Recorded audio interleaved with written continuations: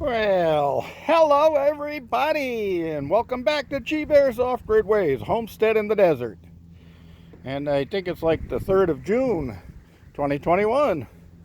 And we're here in the garden because I was hunkered down again yesterday. Winds.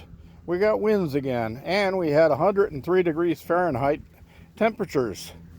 And about all I did was come out here in the garden for a little while, but then it was just too hot, too windy, so I called it a day, and it's starting off again like that today.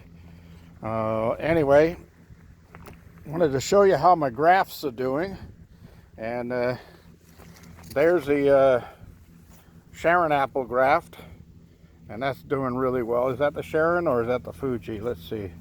Nope, that's the Fuji. That's from Andy's tree, and yeah, it's doing really well. And this is the Sharon apple, and it's doing really well. So those grafts were definitely successful grafts. And look at the apricot tree. Look at how fast that thing is growing. It's almost as tall as I am now.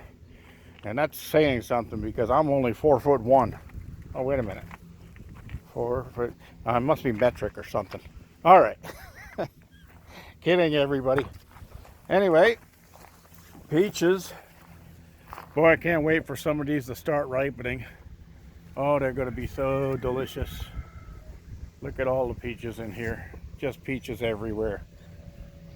Apple, peaches, pumpkin pie. Oh, yeah. All right. So, here's another graft over here. And it looks like it's doing pretty well. It looks like I got to tie that back up. The wind got to it. And this is Bosque pear, and it actually has buds on it. Look at that. It's got buds growing at the top.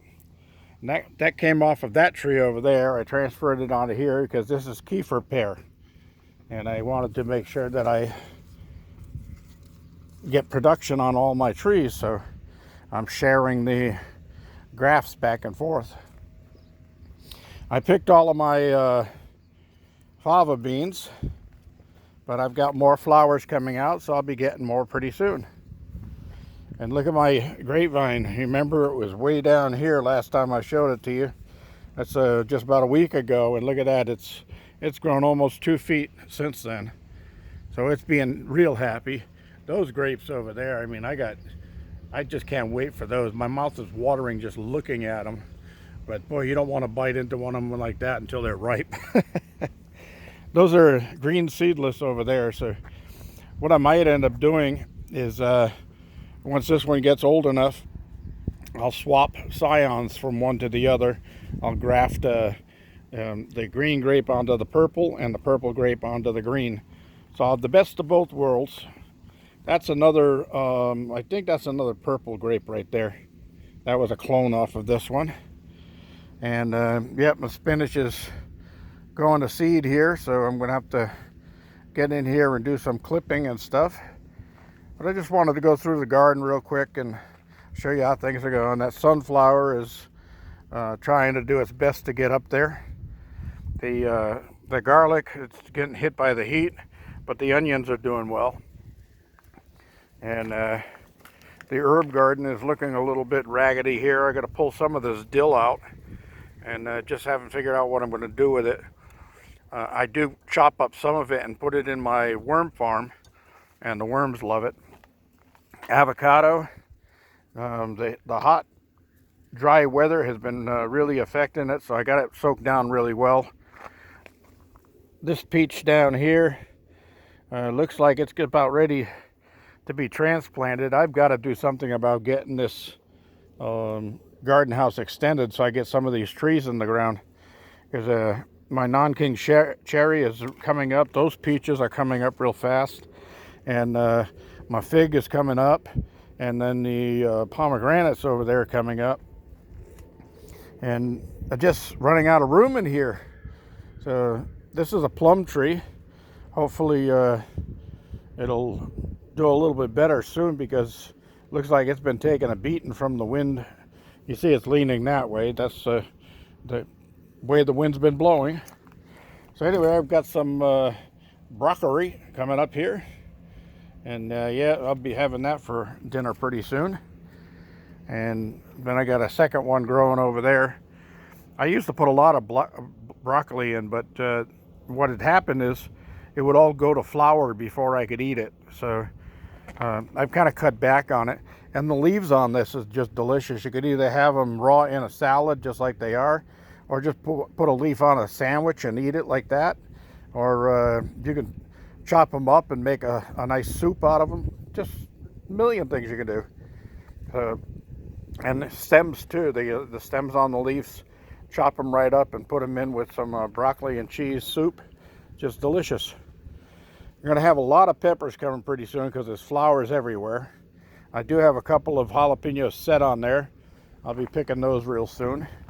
A couple of cabbage heads coming up over here that are looking good. And I think I'm going to have to do my corn sprouting the old way that I've done them inside of a plastic bag indoors. Get them to sprout and then bring them out here and stick them because direct planting did not take. So we'll see what I can do with that.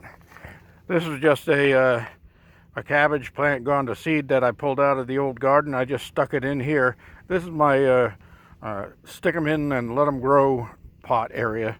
Whatever I got growing, I can stick it in there and just let it take for a little while, and then I can cut it out of there and put something else in. I've got way too much catnip. I'm going to be trimming that off. The apple trees, I just flooded those a little while ago because the hot, dry weather been taking a toll on them. This one took the biggest hit of all, but I can see fresh buds coming out on the ends of the branches here, so I think it's still okay. I'll have to get some of the dried leaves off of this. Whenever you see dried leaves on your plant, take them off. They're not doing your plant any good. Only the green leaves can gather the sunlight that the plant needs. And sometimes you don't want too many leaves. This one's got a lot of brand new growth on it, so it's looking real good. I'm going to be happy getting production off of this tree. So, almost time to pick my, harvest my sweet potatoes. And this is purslane, and this stuff is very healthy for you. It's gone to flower now, and what I do when I get the flower is I'll wait until they stop producing seed, then I'll cut a couple of them off, put them in a little container and let them dry, and then I can plant some more later. But these succulents are full of juice, and you can plant them just by breaking one of these off and stick it in the ground, and it will take and start all over again. But it will really take over your whole garden, so you want to try to limit its space. The heat in here has been getting to my citrus trees. These were all my citrus, and I'm going to have to probably drag those out into the breezeway. I've got some grafts on there that I have to cut the plastic off and check out. I'll be doing that down the line. Carrots, I still have some coming up.